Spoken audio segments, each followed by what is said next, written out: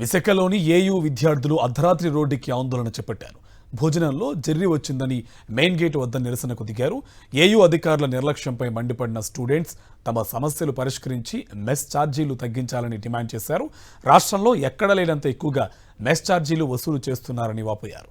సమస్యల పరిష్కారంపై చర్చిస్తామని వీసీ హామీ ఇవ్వడంతో ఆందోళన విరమించారు. సమస్య పరిష్కారం కాకపోతే ఇవాళ మరోసారి ఆందోళన చేపట్టే అవకాశం ఉంది. దీనిపై మరింత సమాచారం మా కరెస్పాండెంట్ అనిల్ అందిస్తారు.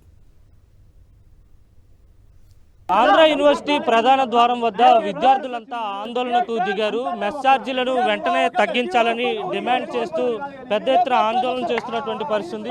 భోజనం సరిగ్గా లేదు, భోజనంలో జెర్రీలు వస్తున్నాయి, పురుగులు వస్తున్నాయని చెప్పి ఆందోళనకు దిగినటువంటి సందర్భం ఉంది. విద్యార్థులు ఉన్నారు, మాట్లాడదాం. అంటే ఎటువంటి డిమాండ్స్తో ముందుకెళ్తున్నారు, అసలు మీరు ఏం కోరుకుంటున్నారు? విద్యార్థులకి స్కాలర్షిప్ వర్తించినా సరే ఇదివరకు ప్రభుత్వం నుంచి కానీ లేకపోతే అధికారుల నుంచి కానీ మాకు ఎటువంటి స్కాలర్షిప్ ఫీజు పడలేదు. కాబట్టి విద్యార్థులు అందరూ కూడాను ఈ సైన్స్ హాస్టల్ కావచ్చు, ఆర్ట్స్ హాస్టల్ కావచ్చు, ఫార్మసీ కావచ్చు, ప్రతి హాస్టల్ నుంచి విద్యార్థులు అనేవాళ్ళు ఈ మెస్ ఫీజులు ఏవైతే ఉన్నాయో అధిక మెస్ ఫీజుల ద్వారా ఇబ్బంది పడుతూ ఉన్నారు. ఇదివరకు మేము దఫాలుగా మేము లెటర్ రూపంలో వాతపత్రాలు ఇచ్చాము. ఏ హాస్టల్లో కూడాను వసతి గృహాల్లో కూడాను సరైన సదుపాయాలు లేవు. ఏదైతే సదుపాయాల గురించి అడిగితే మాకు ఏదైతే ఫోకస్ చేసి మా మీద అణిచివేసే దారిని మాట్లాడదాం చీఫ్ వార్డెన్ గారు ఆల్రెడీ మేము తెలియజేస్తే నువ్వు కావాలని వచ్చి తగు పెట్టుకుందని చెప్పేసి మాకు సమస్యలు ఉన్నా సరే కావాలని వచ్చి తగు పెడతామని చెప్పేసి మాకు భయంకరంగా మా మీద వ్యతిరేకంగా మాట్లాడే పనులు ఇక్కడ చేస్తూ ఉన్నారు. సంవత్సరం బట్టి జరుగుతుంది. ఒక్క విద్యార్థి కూడా న్యాయం అనేది జరగట్లేదు. ఈ యొక్క విద్యార్థుల యొక్క ప్రతి ఒక్క ఇబ్బంది అనేది కూడా తక్షణమే తగ్గించాలి. దీనిపై ప్రభుత్వం చర్యలు తీసుకోవాలని సగర్వంగా చెప్తా ఉన్నాం. హాస్టల్లో బెడ్లు లేవు. కనీసం మా హాస్టల్లో అయితే కనీసం సాకెట్స్ కూడా లేవు. ఛార్జింగ్ పెట్టుకోవడానికి సాకెట్స్ కూడా లేవు. అవి కూడా మేము జాయిన్ అయ్యేటప్పుడు వెళ్ళి వైర్ కొనుక్కొచ్చుకోవాలి, ప్లాస్టర్ కొనుక్కొచ్చుకోవాలి, కరెంట్ బోర్డు కొనుక్కొచ్చుకోవాలి. ఇవన్నీ ఎలా చెక్ చేయకుండా నాకే ప్లేస్ ఎలా ఇచ్చారు? First question. అండ్ సెకండ్, ఇప్పుడు సార్ ఏం చెప్తున్నారు, ఇక్కడ ఎంప్లాయీస్ వల్ల మీకు ప్రైజెస్ పెరుగుతున్నాయి, సో వాళ్ళని ఎంప్లాయీస్ని తీసేస్తే అప్పుడు ప్రైజెస్ పెరుగుతున్నాయి అంటున్నారు. 530 పోస్టులు ఖాళీ ఉన్నాయి కదా, ట్యూషన్ ఫీజు ఎందుకు తగ్గట్లా? ఈ ఒక్క ప్రభుత్వం ప్రాబ్లం కాదు సార్, మొత్తం ఇలాగే ఉంది వ్యవస్థ. ఇక్కడ వచ్చి వీళ్ళని కాదు, మాకు సమస్యలు పరిష్కారం కావాలి. First demand.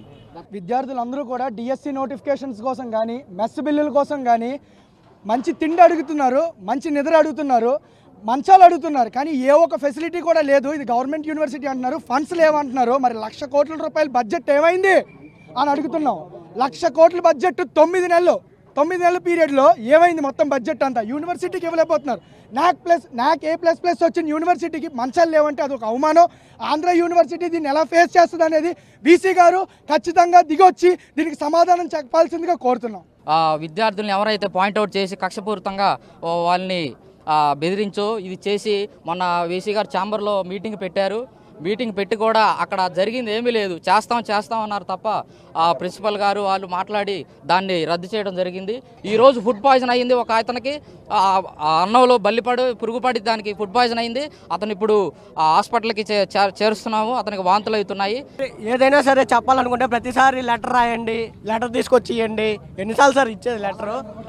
పరిష్కారం అనేది జరగదు, కానీ లెటర్లు మాత్రం ఇవ్వాలి. పురుగులు వంటివి రాకుండా చూడాలి, తక్షణమే చర్యలు చేపట్టాలి. సమాధానం వస్తేనే ఇక్కడ నుంచి కదులుతోంది విద్యార్థులంతా స్పష్టం చేస్తున్నారు. వీడియో జర్నలిస్ట్ రమేష్ రెడ్డితో కలిసి అనిల్, సాక్షి టీవీ, ఏయూ నుంచి.